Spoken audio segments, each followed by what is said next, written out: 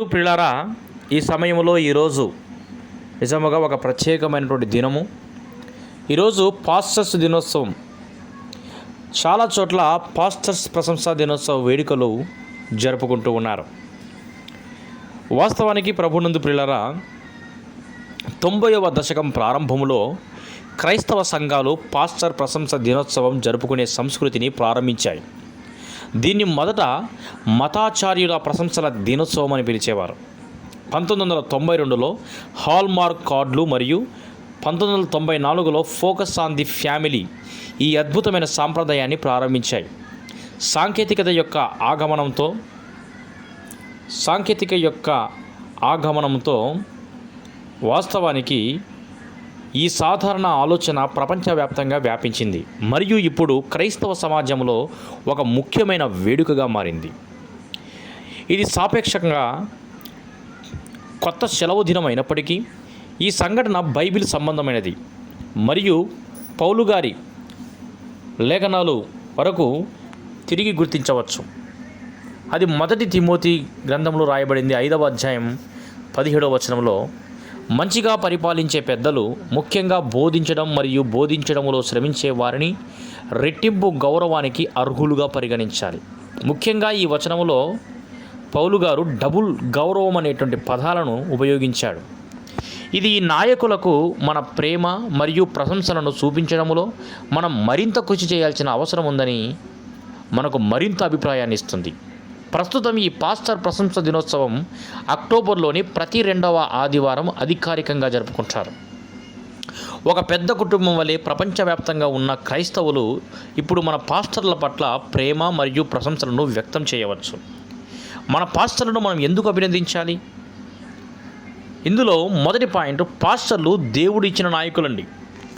మీరు ఇర్మియా గ్రంథంలో నుండి తీసుకోబడినటువంటి వచనములో ఇర్మియా గ్రంథము 3వ అధ్యాయం 15వ వచనంలో మనం గమనిస్తే, మనం పాస్టర్లు అని పిలుస్తున్న ఈ నాయకులను ఎన్నుకోవడంలో దేవునికి ఒక ప్రత్యేక ప్రయోజనం ఉందని మీరు గ్రహిస్తారు.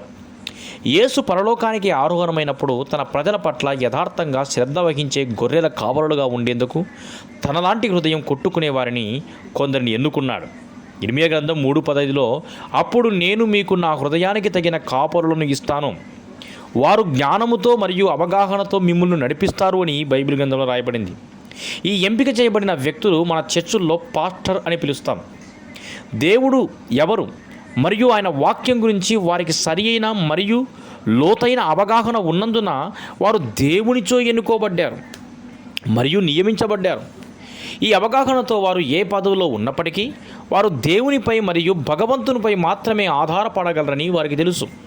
ఎఫెసీయులకు రాసిన పత్రిక 4వ అధ్యాయం 12వ వచనంలో, తన ప్రజలను సేవా కార్యాలకు సన్నద్ధం చేయడానికి తద్వారా క్రీస్తు శరీరం నిర్మించబడుతూ ఉంది. 2వ పాయింట్ మనం గమనించినట్లయితే, పాస్టర్లు మన భూ సంబంధమైన సలహాదారులండి.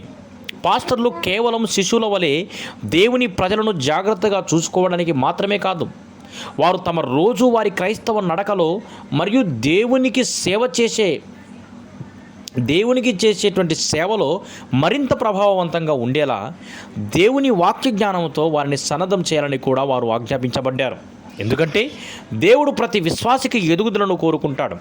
తన అనుచరులు ఎవరూ విశ్వాసములో బిడ్డగా ఉండకూడదని ఆయన కోరుకోడు. ఎందుకంటే ఇది అలా ఉంటే మనం క్రైస్తవులం మింగివేసేవారిచే సులభంగా తొక్కవచ్చు. బదులుగా ప్రతి విశ్వాసి ఎదగాలని మరియు తాను రూపొందించిన వ్యక్తిగా మారాలని ఆయన కోరుకుంటున్నాడు. అందుకే పాస్టర్లు దేవుని వాక్య బోధకులు మాత్రమే కాదు, ప్రతి విశ్వాసిని శిష్యులుగా చేసి క్రీస్తు ఫలాలను ఇచ్చే పనివాడు కూడా అవుతాడు. 3వ పాయింట్, పాస్టర్గా ఉండడం అంత తేలికైన పని కాదండి. దేవుడు తన వాక్యంలో ఆజ్ఞాపించిన వాటిని నెరవేర్చడానికి పాస్టర్లు తమ జీవితాలను అంకితం చేస్తారు. వెళ్ళి ఫలించండి మరియు ఆ ఫలం మిగిలి ఉంటుంది. మరియు ఈ ఆదేశాన్ని నెరవేర్చడము అంత తేలికైన పని కాదండి. వారు నిరంతరం వేధింపులు, విమర్శలు, అపనిందలు, అపార్థాలు, ప్రలోభాలు మరియు మరిన్నింటికి గురవుతారు.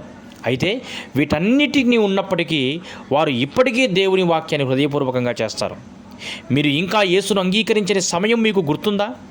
దేవుణ్ణి కూడా నమ్మని కాలం, మీరు ఇప్పటికీ పాపబోళ్ళలో చిక్కుకున్న ఇన్నాళ్ళు, ఆ సమయాల్లో మనం కష్టజీవులమని ఒప్పుకుందాం. అందరూ దాని ద్వారానే ఉన్నారు.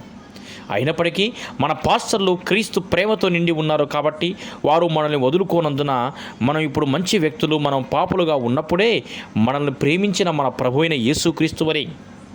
మన పాస్టర్ గురించి తెలుసుకోవడం పాస్టర్ ప్రశంస దినోత్సవం కోసం. నేరుగా వేడుకల్లోకి దూకడానికి ముందు పాస్టర్లకు భిన్నమైన వ్యక్తిత్వాలు మరియు ప్రాధాన్యతలు ఉన్నాయని గుర్తుంచుకోండి. మీరు వారికి స్పాట్ టికెట్లు లేదా పార్టీలు ఇవ్వాలని ఆలోచిస్తూ ఉండవచ్చు, కానీ వారు ఇష్టపడేది కావచ్చు లేదా కాకపోవచ్చు. వాస్తవానికి మీరు ఏమి చేసినా మరియు పాస్టర్లకు ఇచ్చినా కృతజ్ఞతతో అంగీకరించబడుతుంది, కానీ విషయాలలో ఎక్కువ కృషి మరియు పరిశీలన ఇవ్వడం వారికి చాలా సంతోషంగా మరియు సంతృప్తికరంగా ఉంటుంది. అందువలన మన పాస్టర్లను పూర్తిగా అర్థం చేసుకోవాలి మరియు తెలుసుకోవాలి. మరింత ఈ దశ మీరు ఈ ప్రత్యేక ఈవెంట్ను మెరుగ్గా అభినందించడానికి అనుమతిస్తుంది మరియు అదే సమయంలో మీ పాస్టర్తో సన్నిహిత సంబంధాన్ని ఏర్పరుస్తుంది. వారితో మెరుగైన సంబంధాన్ని ఏర్పరచుకోవడము ఈ వేడుకను వారికి మరింత నిజమైన మరియు హృదయపూర్వకమైన కార్యక్రమంగా చేస్తుందండి. మరియు అది ఖచ్చితంగా ఈ వేడుకను విజయవంతం చేస్తుంది.